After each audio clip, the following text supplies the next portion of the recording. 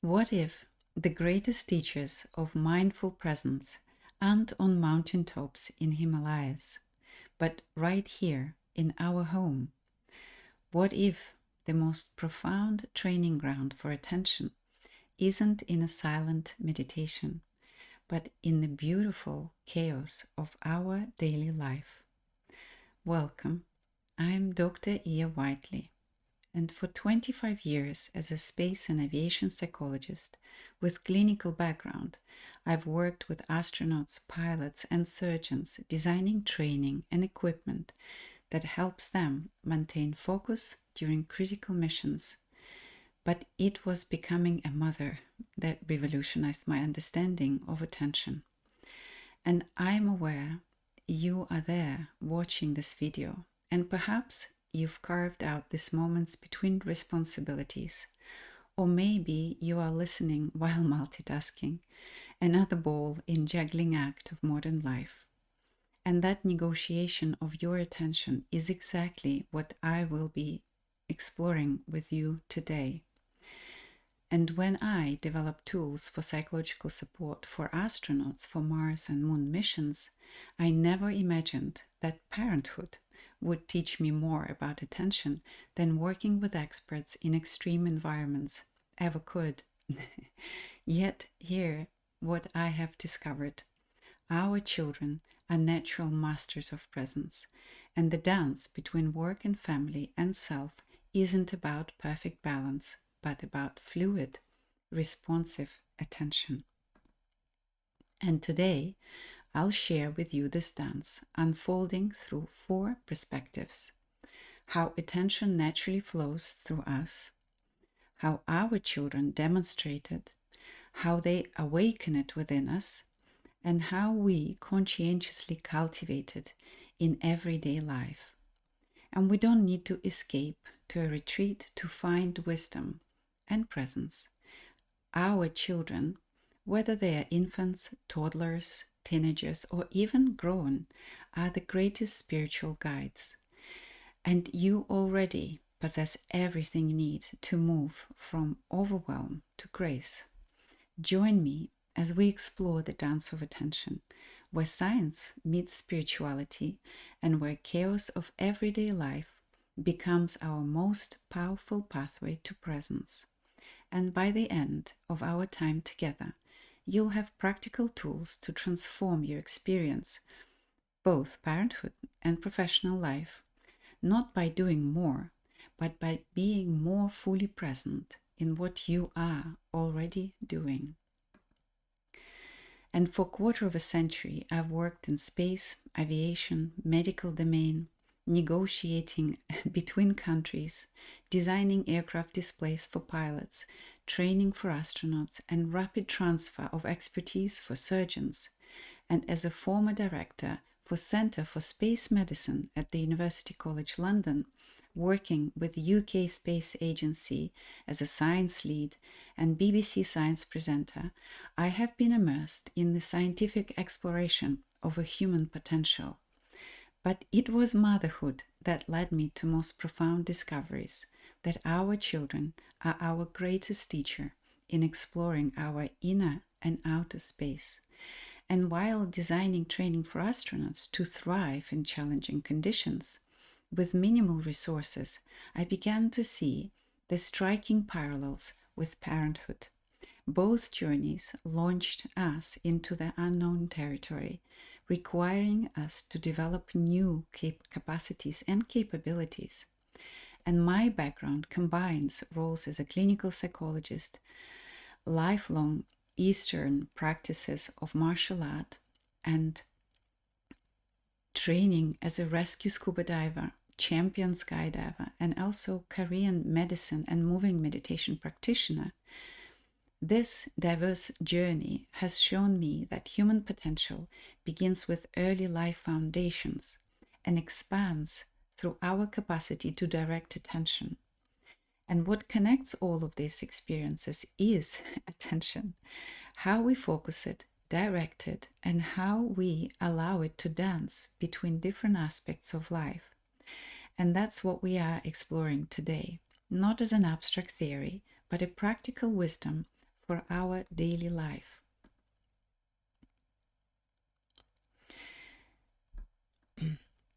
And today we will explore attention through 4 interconnected perspectives. Like a river flowing through different landscapes while remaining essentially the same water, first, we will observe the universal flow of attention, as I refer to it, how attention naturally flows through us when we are aligned with our true nature. And this flow isn't something to create, but something to recognize and allow. Second, we'll witness child embodiment, how children naturally demonstrate the perfect attention through their being. They haven't yet learned to fragment their awareness, giving us glimpses of what the natural attention looks like when we were small.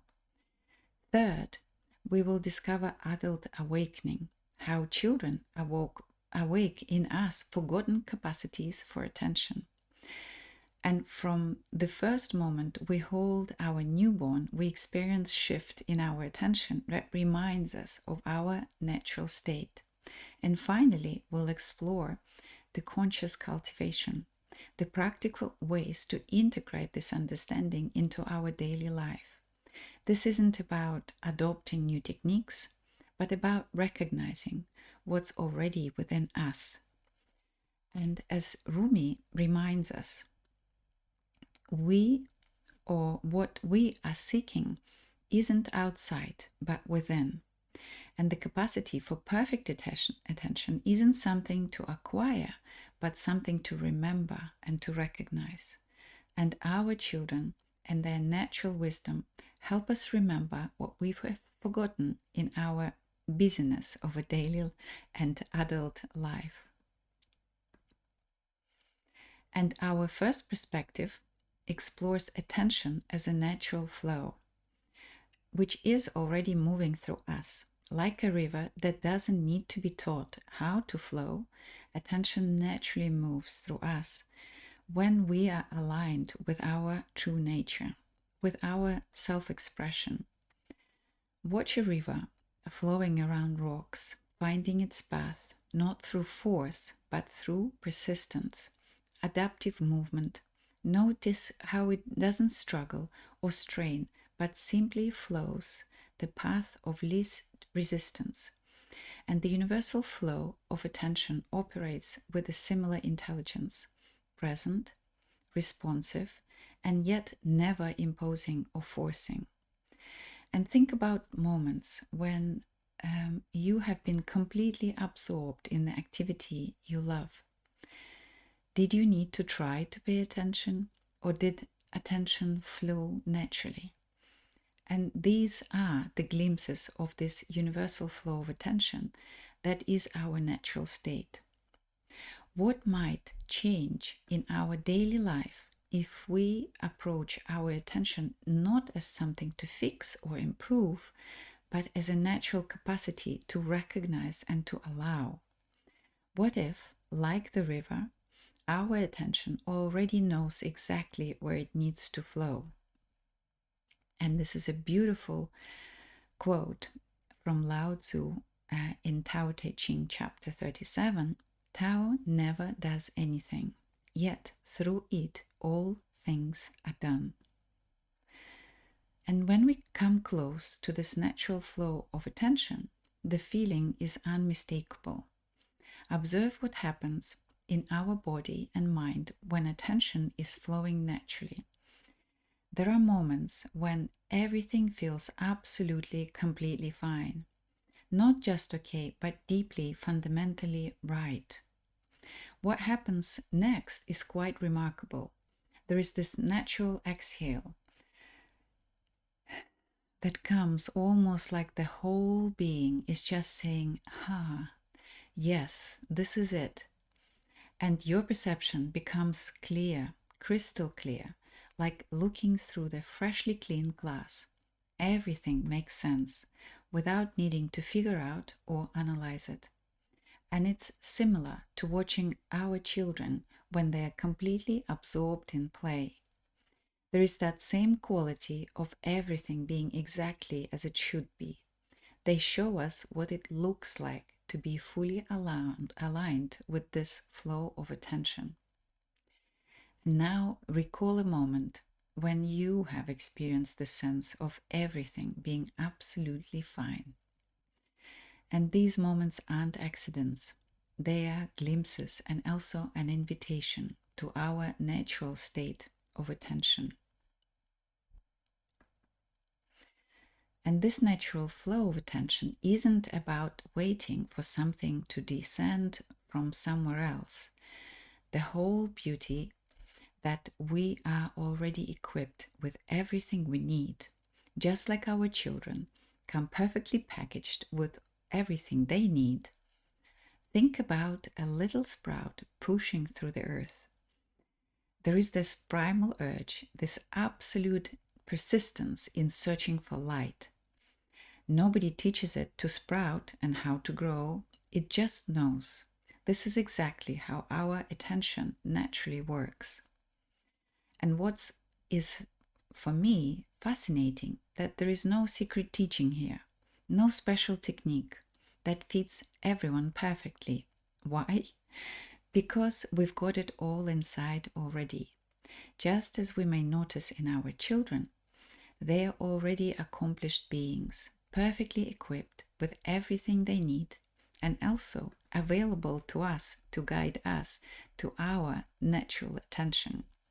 And when we allow and align with this natural flow of attention, we experience the profound sense of harmony, purpose, and fulfillment. But this is really important. There is no way to force this alignment. It's more like recognizing something that's already there, like remembering something we've already and always known. And beautifully said by Rumi, the 13th century Persian poet, you are not a drop in the ocean. You are the entire ocean in a drop. And that inner knowledge is always just here, ready to be touched. So now let's talk about our true powers, the ones that we really have control over. And we have two fundamental powers that are absolutely incredible when we understand how to use them. The first one is our power to manage our attention. And when we focus or direct our attention, it's like the whole universe focuses within us and through us. And we are fully present with what's happening. Whether with our children, work, or any other task, it is like the whole universal flow is looking through us at that moment. Imagine it's like using a lens, focusing a sunlight, where we are directing our attention. That's where the power flows. This is ability to direct our focus towards what truly matters to us. And that is one of our greatest powers. And then there is a second power. Through the harnessing the first, we become aware of our concepts. And this extends our capacity to make choices about whether to flow or to follow established framework of thinking or to step away from them, and whether we need to pay attention to this. So taking back the control of what we would like to perceive and sense. And when we are mothering, fathering, or grandparenting, working or managing multiple responsibilities, these powers become essential.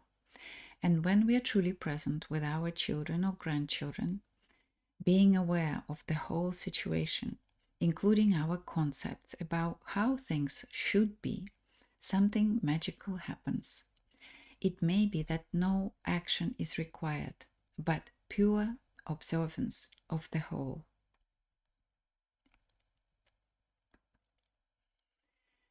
And observe how different plants in a garden grow at their own pace.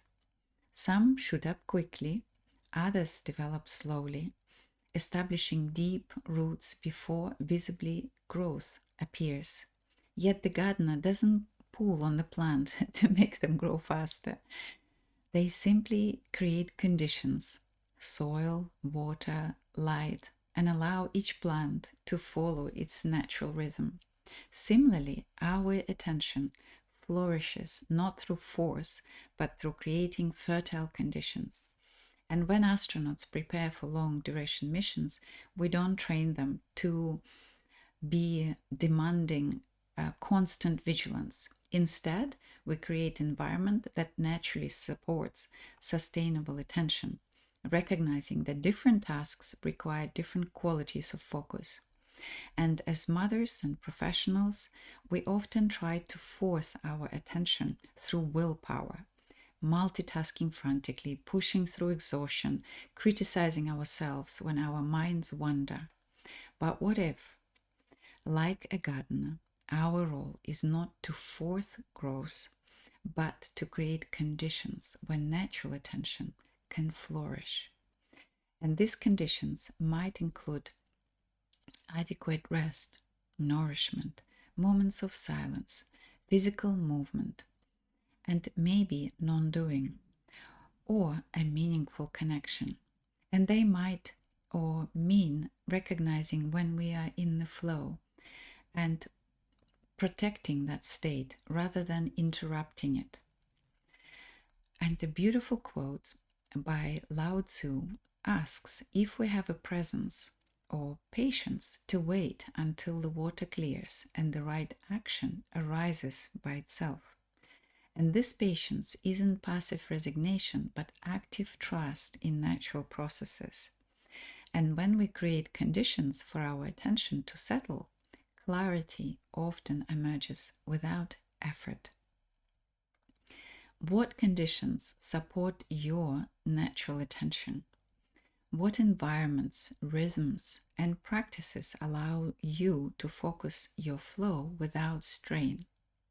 These are the fertile grounds in which your natural capacity for attention can flourish.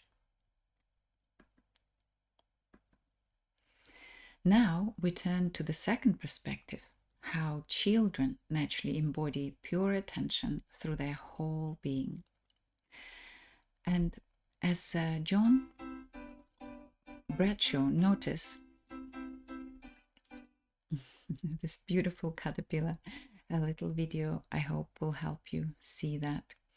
If we watch our children encountering something for the first time, perhaps a butterfly landing nearby, or maybe you even have this caterpillar kit at home and you're watching the butterfly being born, and or the snow falling from the sky. Notice the quality of attention, complete, undivided, and unhurried, and their entire being becomes involved in this experience. And eyes wide open, breathing changes, body becomes still. They're not trying to pay attention, they are attention itself. And this natural capacity for presence doesn't require training or discipline for children. It's their default state before they learn our adults' habits of divided attention, planning, worrying, ruminating.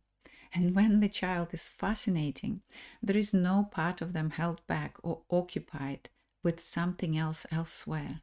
Their attention isn't fragmented between the past and the future, but fully immersed and invested in the now. And as astronauts in training, we spend months developing the capacity for sustained and focused attention that children naturally demonstrate. We practice bringing our full presence to critical tasks, learning to minimize distraction and mental chatter. Yet children show us this state effortlessly. What might we discover by observing how children naturally attend to their world? Not to return to childishness, of course, but reclaim the pure quality of attention that is our birthright. Perhaps our children aren't just recipients of our wisdom, but also messengers reminding us what we once knew.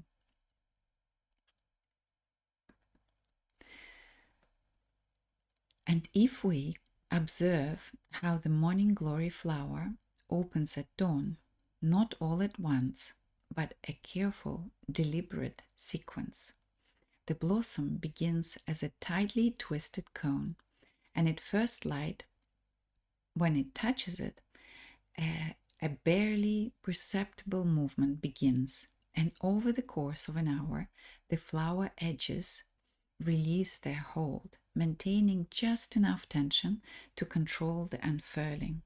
Similarly, when babies learn to walk, they demonstrate the same measure of attention to their own processes. A baby will naturally lower themselves to the ground when they feel unsteady, rather than pushing forward and risking injury.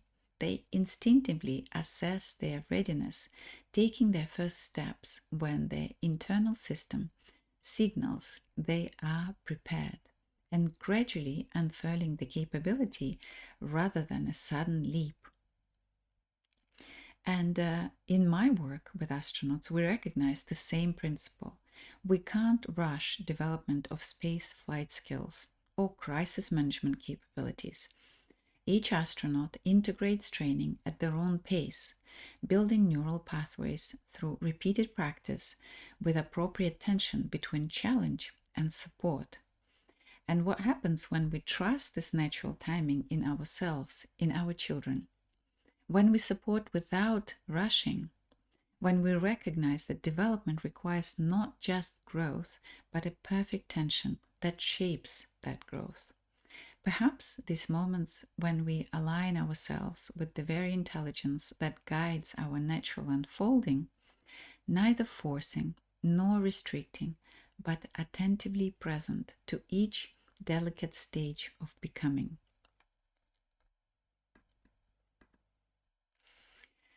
And have you noticed how the river naturally creates its own boundaries? It doesn't overflow its banks without cause. It responds to conditions, expanding or contracting as needed, finding the path of appropriate resistance. Nature doesn't ask permission, neither do children. They both arrive when they will and how they will, without consulting our understanding, our convenience, or our preference.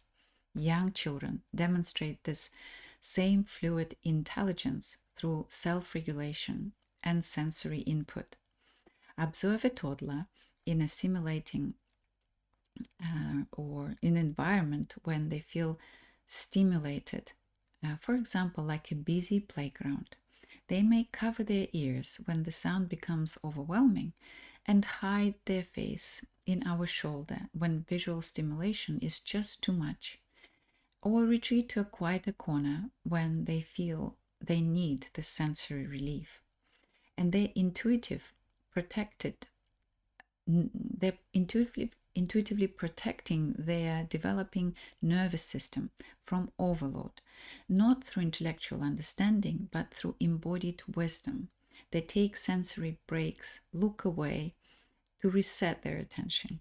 They seek this deep pressure when we hug them or when they ask to be hugged, and lean towards you when they need to reorganize their sensation.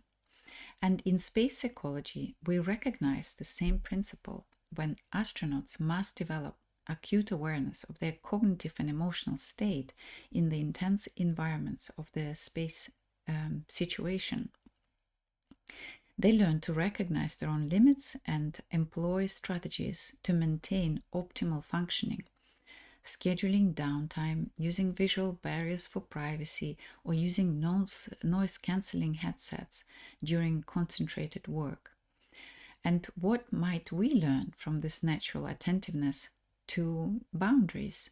How might we honor these limits in ourselves, not as weaknesses to overcome, but as wisdom to respect?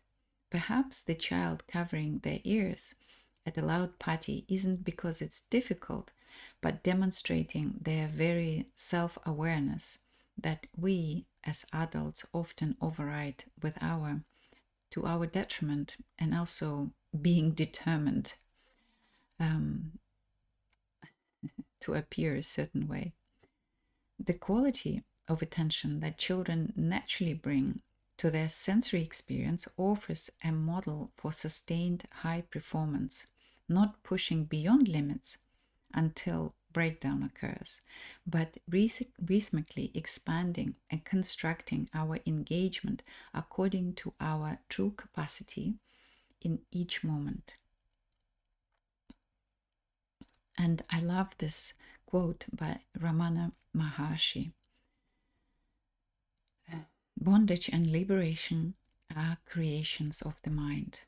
They are like the appearance and disappearance of the snake in a rope. It's like that flickering of our attention. Perhaps the most profound demonstration of attention in children is their natural capacity of spiritual presence and wonder. The young children, they have this existence of this being in a present moment completely and fully. They are immersed in their current experience rather than being fragmented in their attention between past regrets and future anxieties. Exactly what we want to achieve when we actually go to Eastern masters to learn to meditate. And as Chin Han Thich Nhat Hanh teaches, this beautiful Zen master from Vietnam, that presence reveals joy inherent in each moment. Observe a child completely absorbed in watching an ant crawl across the sidewalk, or mesmerized by the dust particles dancing in the sunbeam. This quality of attention represents the perfect carefulness with present moment, and in fact, that pure meditative state, neither rushing ahead nor lagging behind, but fully inhabiting what is.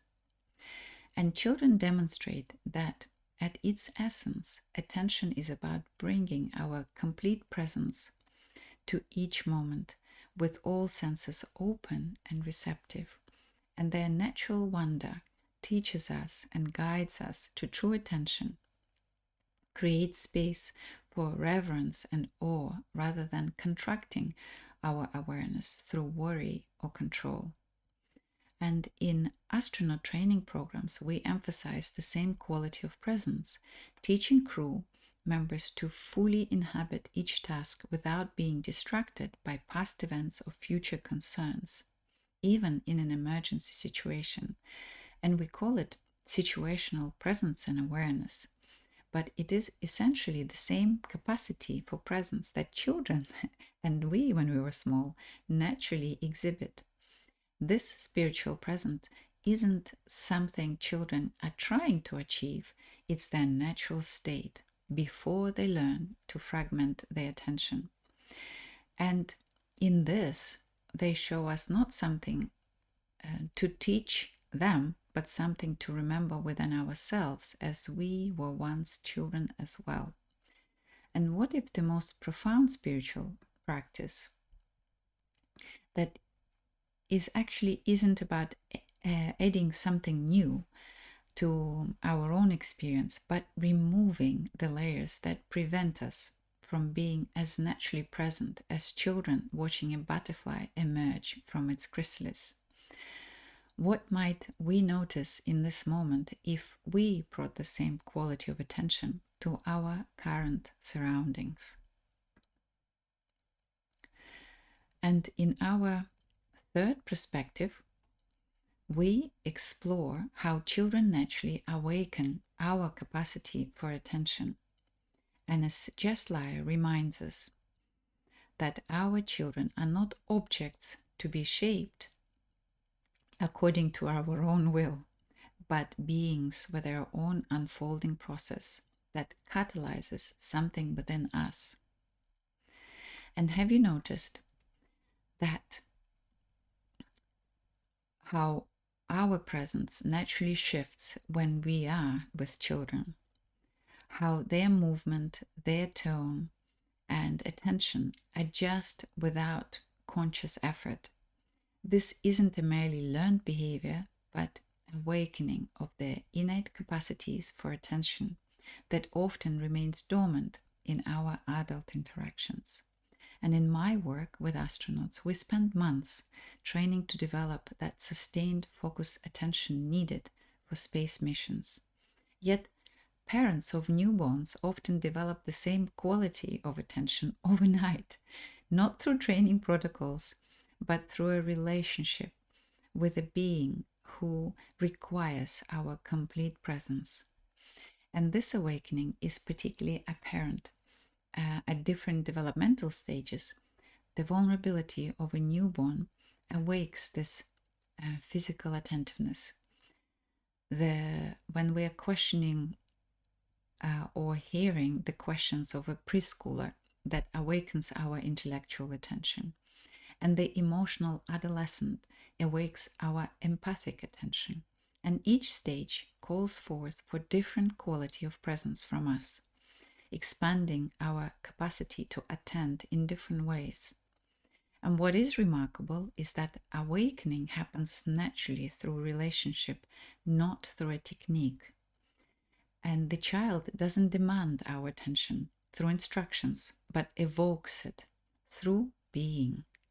And this suggests that something profound about attention itself. Perhaps it's not a skill to be developed, but it's a relationship to be nurtured. And have you noticed what happens in our body when we hold a newborn? How our breath naturally softens, our movements slow, and our attention gathers into a present moment. And we have this reverence, or we feel in this important moment that something magical is happening. The newborn isn't demanding this response. It emerges naturally from the encounter itself. A newborn arrives fragile, gentle, and precious, yet simultaneously perfect and complete. The baby contains within itself everything it needs at every moment to develop into a fully functioning, happy human being.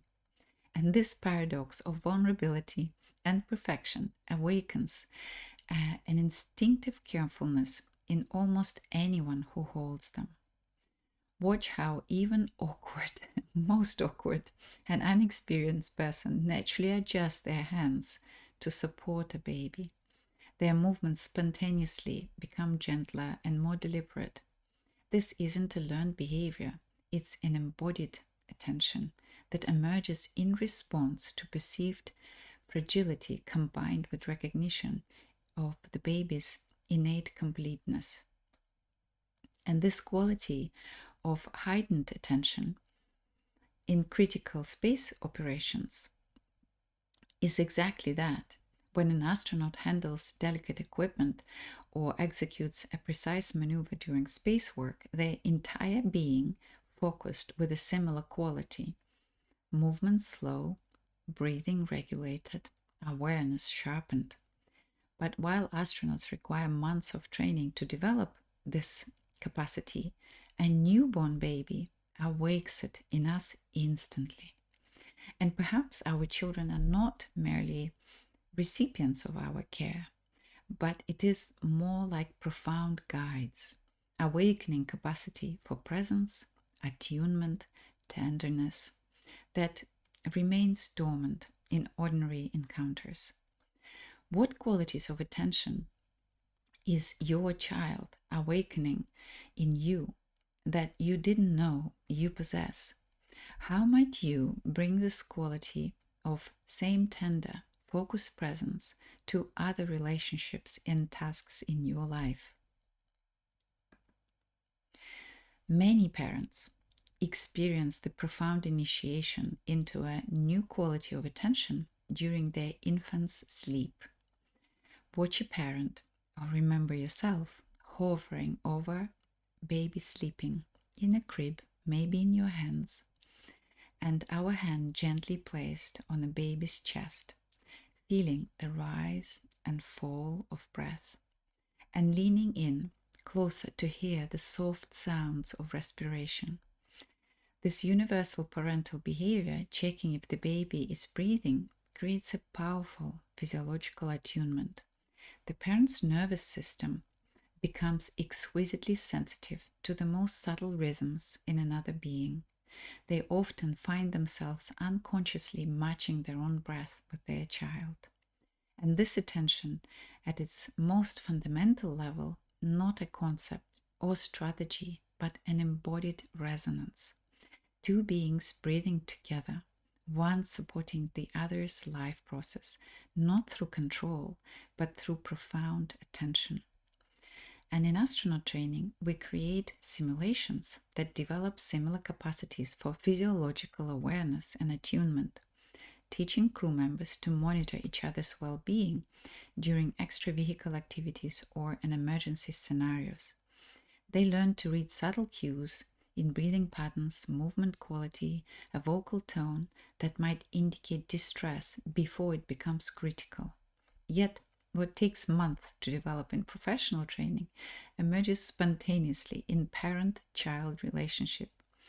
The breath connection demonstrates that how our attention operates not just through our minds, but through our entire physiology, a whole being engaged with what matters most. And what happens within us in these moments of the physiological attunement. Just pause and remember. How does this quality of attention transforms both the one giving care and the one receiving it? Perhaps true attention begins not as a mental focus, but with this fundamental synchronization with our life's rhythms with one another.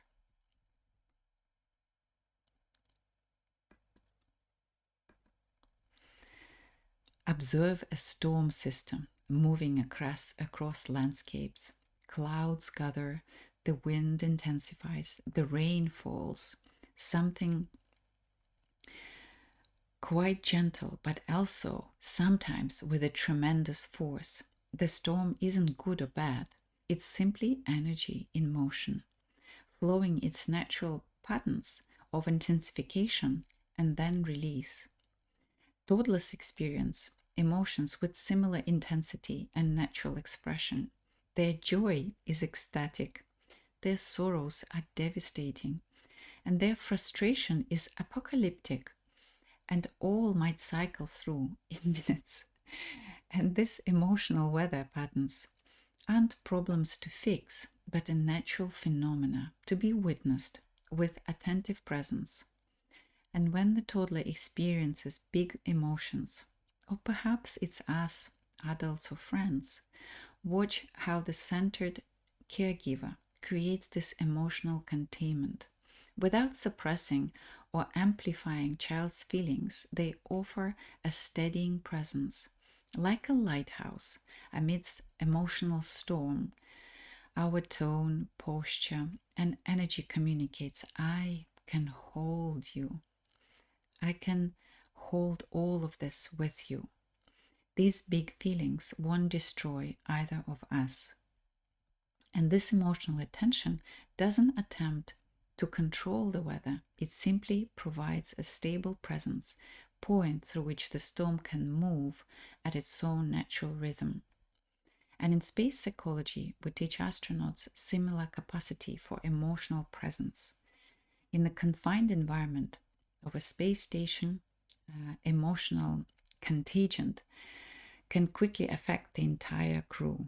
Astronauts learn to maintain internal stability while giving appropriate space for emotions to process, neither suppressing nor amplifying them.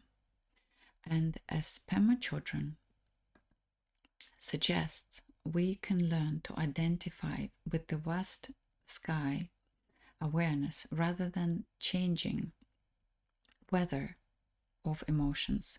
And this doesn't mean becoming detached or not feeling, but developing the capacity to hold emotion intensity with spacious attention rather than contracted reactivity. And what emotional weather systems do you encounter in your daily life? How might you practice being a lighthouse rather than getting swept into the storm and frantically trying to make it stop? And consider how river carves a canyon, not all at once, but through persistent questioning, asked of a landscape. Where can I flow? What paths offers least resistance? How might I move around this obstacle? And the preschooler years brings this famous why phase, where children relentlessly questioning mirrors this river's work. These questions aren't mere curiosity, but actually a profound excavation. The child is carving channels of understanding through the landscape of reality itself. And as Albert Einstein, the physicist, has his profound worldview that often touches on the spiritual nature of inquiry suggests, these questions reveal a profound depth beneath the surface. They represent intellectual vulnerability as a child constructs the understanding of the reality itself. And watch how a thoughtful adult responds to these questions. They typically slow down, consider the child's development readiness, and often the explanation that balances truth with comprehensibility. They recognize that each answer potentially shapes the child's worldview and approach each question with appropriate gravitas. The questioning preschooler awakens intellectual attention in us adults and the quality of thought that honors the profound impact of our explanation on the developing mind.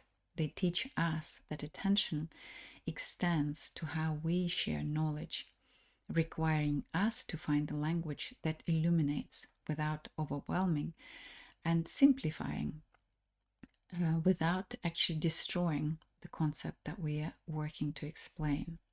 And in my work with space agencies, we emphasize a similar attention to questions.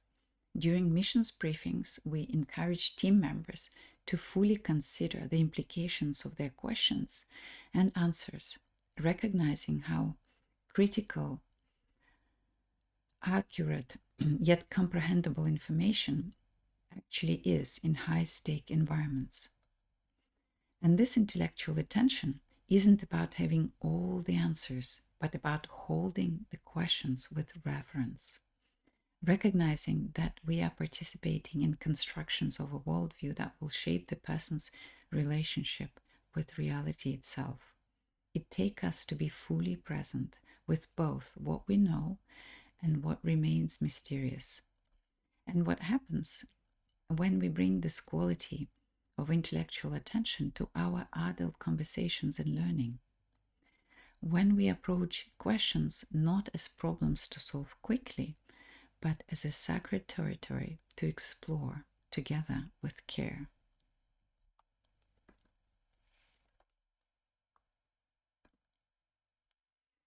Adolescents often engage with profound existential and identity questions. They are developing abstract thinking abilities that allow them to contemplate morality, meaning, justice, and their place in the universe. And these are not idle questioning, but fundamental human concerns about finding something worthy to live for. And this spiritual and philosophical vulnerability is easily overlooked beneath the teenage bravado. Observe how a spiritually attuned adult responds to adolescent questioning. They typically listen deeply without rushing to provide particular certainty. They honor the profundity of questions themselves rather than focusing on the correct answer. They share their own perspective and offering further to explore rather than providing a doctrine. And the philosophically engaged adolescence awakens the spiritual attention in adults. It's a reverent approach to questions about meaning and purpose, and they teach us to hold space for others' spiritual exploration, requiring us to balance our own convictions with respect for each individual person's unique spiritual journey. And in space mission planning, we encounter similar territory when discussing philosophical implications of space exploration or preparing astronauts for a profound overview effect. It's a cognitive shift reported by many astronauts when viewing the Earth from space. And these experiences often trigger deep existential questions that cannot be addressed through a technical training alone. And this quality of spiritual attention, of honoring the sanctity of another existential search, it's perhaps the most profound form of attention we can ever offer. It creates a space for authentic becoming rather than imposing predetermined answer or distracting from uncomfortable questions. So, if you could remember what existential questions you are remembering, and what are you feeling that you are exploring about your own life right now, and how might your approach be towards yourself and people around you to offer this same quality of spaciousness and reverent attention rather than demanding an immediate resolution. And our final perspective explores how we can consciously cultivate attention to advance growth and development in all areas of our lives. And while children naturally evoke attention within us, we can intentionally nurture and refine this capacity as working parents and grandparents navigating multiple domains. And conscious cultivation means moving beyond instinctive responses to thoughtful responses. It means deliberately balancing presence across professional responsibilities, family life, and self-care rather than fragmenting our attention or abandoning ourselves in service of others. Most importantly, it requires awareness of our own patterns that might be connected to fears. So it is vital for us to notice, not to shape our attention in practice by being unconscious of our fears. And as Rumi suggests, our tasks isn't to create attention, but to remove barriers we've built against its natural expression.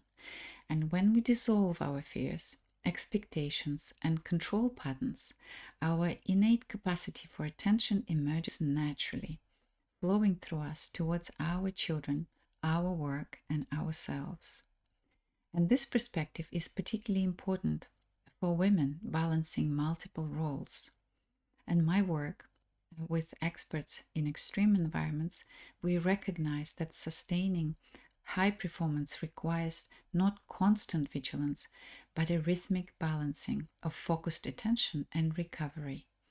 Similarly, as working parents and mothers, we need to not fragment ourselves trying to be simultaneously present to everything, but to learn to dance with our attention, moving it intentionally where it is most needed in each moment. And in this section, we'll explore how to consciously cultivate attention through specific practices and awareness, and completing the circle we began with the universal flow, and that moves through all aspects of our relationships with ourselves, our children, and our work.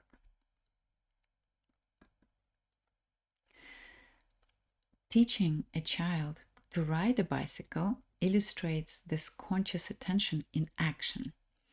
Have you experienced this delicate dance? There you are, running alongside the child, holding their silt lightly and gradually letting go, while staying close enough to catch them if needed. In this moment, you are embodying the perfect attention, not controlling the experience, but supporting their discovery of balance and momentum. Their entire will and your entire will is focused on making it happen, and you feel excitement rather than fear. You provide the secure base from which the child can venture into a new territory. And watch the subtle adjustment in your support, sometimes holding firmly, sometimes just a fingertip on the seat, sometimes letting go while running alongside. And we are not deciding when they will find balance. We are creating conditions where the balance becomes possible. And this conscious attention responds with the same fluid intelligence we see in water finding the path: present, responsive, adaptive to conditions, and yet always in service to forward movement of life. And in the work with across space agencies and also working with surgeons, we use a similar approach to developing support for efficient performance. We could call it scaffolded autonomy, providing just enough support for skill development while gradually transferring responsibility to the learner. Too much support prevents self efficiency. Too little creates unnecessary risk. And as working mothers, fathers, and grandparents, we can apply the same principle to how we manage our attention across responsibilities. Rather than rigidly controlling where our focus should be in each moment, we can develop fluid responsiveness, knowing when to hold on tightly to a task and when to let our attention flow where it is most needed in the moment. What areas in your life that might benefit from this bicycle attention or dance of attention, providing just enough focus to create momentum, then allowing this natural balance to emerge? How might you apply this principle to both your parenting and your professional commitments? And here is the beautiful expression is that what if we approached our life challenging with the same fluid intelligence, not with passive resignation, but with a dynamic adaptability we see in the flowing water. Here you can observe how the birds create nests, spaces of protection and nurturing that supports life most vulnerable moments. The nest actually doesn't constrict the fledgling eventual flight. It makes that flight possible for providing essentially safety and nourishment. Both children and adults need these nesting spaces, sanctuaries where we can feel completely accepted and protected. And when loved ones come with concerns, they are not often seeking a solution. They're seeking to nest in our attention, to borrow our stability until they can reconnect with their own resources. By offering this sanctuary without pressure to fix or to move on, we allow natural healing to occur. We create space where others can gather themselves before venturing out again, not in retreat from life, but in preparation for fuller participation. And in space and aviation psychology, we design similar nesting spaces, both physical and temporal. One, on the International Space Station, crew members have personal quarters where they can retreat from the demands of mission tasks and team interactions.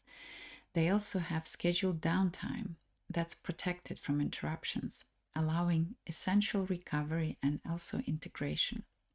And as working parents, we need our own nesting spaces, times and places where we can retreat, renew, and reconnect with ourselves. This isn't selfishness, but an essential maintenance of our capacity for attention. Like a mother bird who must occasionally leave the nest to gather food, we serve our families best when we honor our own needs for renewal. So, what nesting spaces already exist in your life? How might you create more intentional sanctuaries for yourself and your family, not separate from your life's demands, but supporting your capacity to meet them with sustainable attention? And I love this quote by Anna Lamott, and she has a beautiful talk on YouTube on TED Talks about 12 things. Almost everything will work again if you unplug it for a few minutes, including you. And every gardener brings their own expectation to the garden, perhaps favoring certain plants over others, perhaps anxious about specific pests or weather patterns based on past experiences. And this isn't wrong, but it shapes how we interact with what is actually growing or happening. Similarly, in cultivating conscious attention, our own contractions and fears significantly influence how we focus. And when we tell a child, be careful, it emerging from their present danger, or is it from our own anxieties? When we check our phone during family time, is it responding to genuine urgency or avoiding uncomfortable emotion or circumstance? And when we overwork, is it serving our goals or distracting from deeper questions? And conscious attention means developing awareness of these patterns, not to eliminate them, but to hold them with the same careful attention we offer to others. And that means asking, is this genuine attention or my own unresolved fear speaking? And as Mahatma Gandhi quote expresses that freedom is not worth having if it does not connote freedom to err. So is that we must have freedom to make mistakes. And it passes my comprehension how human beings be, they're even so experienced and able. It can actually be a delight in depriving other human beings of that precious right. And in all of my training, I was lucky to have teachers and instructors that would allow me to make mistakes and to recover from them. And in astronaut training, during crisis simulation, we emphasize the need to learn from errors and actually make mistakes. And so we are not paralyzed by fear of making a mistake, but have this capacity for self-awareness and learn from errors. Crew members learn to recognize their own stress responses and how the attention narrows and quickening of our breath and the tendency towards automatic reaction, and deliberately creating the space for considered responses. And as working parents, this awareness becomes particularly important when we navigate these complex demands of professional and family life. We can learn to recognize when our attention becomes contracted through fear and perfectionism, of overwhelm, and deliberately shift towards more expansive and loving awareness. And by recognizing our own patterns, we avoid passing generational fears, attention habits to our children. Instead, we can create new patterns of attention based on present reality rather than past wounds or future anxieties, allowing the freedom to grow through natural experiences rather than contracted control.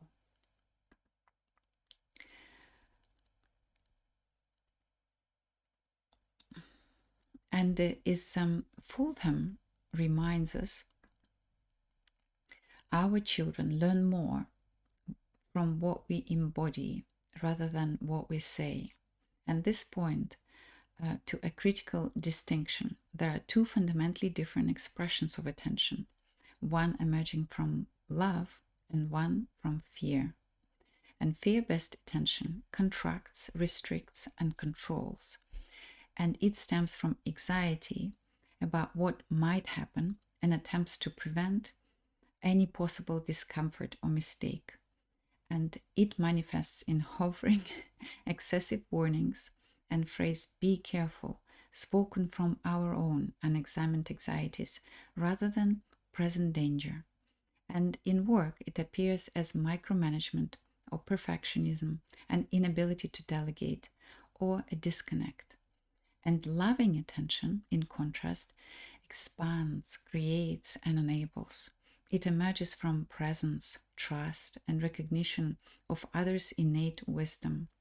It welcomes each moment as a learning opportunity, a chance to discover gifts through creative problem solving when we face barriers and challenges.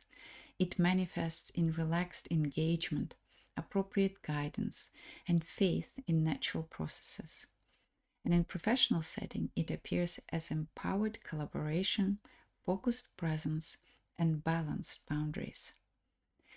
And the quality of our attention, whether emerging from love or fear, profoundly shapes what children absorbed about their relationship with life itself. It also determines our own experience of both parenting and professional work. Fear-based attention exhausts us, while love-based attention energizes despite equally demanding an expenditure of our focus. And in space psychology, we observe that astronauts who approach critical tasks with calm, focused attention rather than anxious hypervigilance perform better and experience less fatigue. And the quality of attention matters as much as its direction. Conscious cultivation means regularly checking our motivation. Am I attending to spacious presence or from contracted fear? Is my attention creating more freedom or more limitation? And this awareness allows us to shift from contracted to expansive attention, transforming our experiences without changing our circumstances. What would you, in your daily experience, if you could, constantly shift from fear-based to love-based attention? How might this transform both your effectiveness and your enjoyment of all your roles? So let's explore some practical tools for dancing with attention in our daily life. And there aren't techniques to master, but simple practices to remember that you already know. The morning attention takes just 30 seconds before rising. Notice your breath, feel your body, set an intention how you will direct your attention today. This isn't planning tasks, but establishing quality, perhaps choosing words like spacious, loving, present, as your attention anchors in your first morning glimpse. And transition rituals help us move conscientiously between roles. In space missions, we create clear transitions protocols between mission phases. Similarly, we might develop a brief ritual when shifting from work to family time. Perhaps changing clothes, taking 3 conscious breaths, or mentally settling down. Work that concerns maybe more space for changing it to home presence. And physical anchors for presence use bodily awareness to recall attention when it wanders. And in training in extreme performance, we teach to use physical clues like returning to the feeling of breath motion of our body, We could feel expanding and contracting of our chest, pausing and feeling or paying attention to sensations of grabbing something by hand to quickly center ourselves during high stress scenarios. And as a mother or as a grandparent, you might use these feelings of your child hands or in your hand and sensations of water running on your skin while washing dishes to anchor to return the present moment. Anything you do, just pay attention to your bodily sensation and breath. And breath serves as a attention compass, always available to orient ourselves in any circumstance. And when we notice scattered attention, 3 conscious breaths can reset our nervous system, reconnecting ourselves to our own capacity for focused presence. These simple practices isn't adding more to our already fully life, fully working and family life, but bringing conscious attention to what we are already doing. And as Zen proverb suggests, it's about being fully present in each activity rather than mentally dividing ourselves between multiple concerns. So, which of these practices might fit naturally in your daily rhythm? How might you adapt to your specific circumstance as a working parent? And here, as we conclude, consider how these perspectives create an integrated dance of attention, like water flowing through different landscapes, yet remaining essentially the same. Attention flows through these interconnected dimensions of experience. And we receive this universal flow of attention as our natural birthright. We observe and learn from children natural embodiment of pure attention.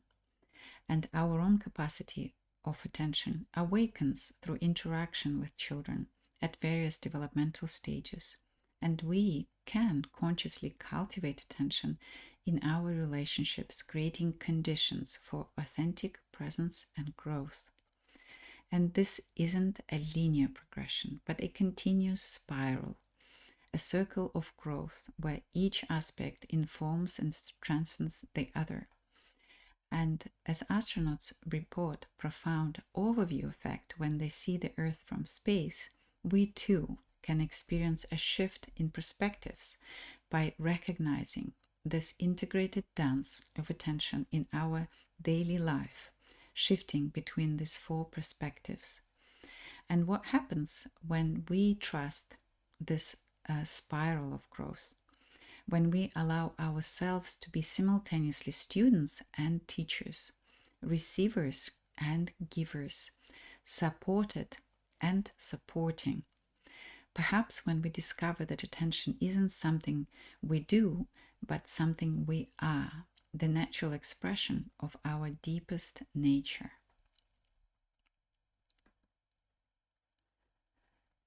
Einstein noted in his work, The World as I See It, the world we experience is a process of our thinking, and to transform our experience, we must change our thinking. And by shifting our relationship with attention, recognizing as a natural flow rather than a limited resource to manage, and we transform our presence of both parenthood and professional life.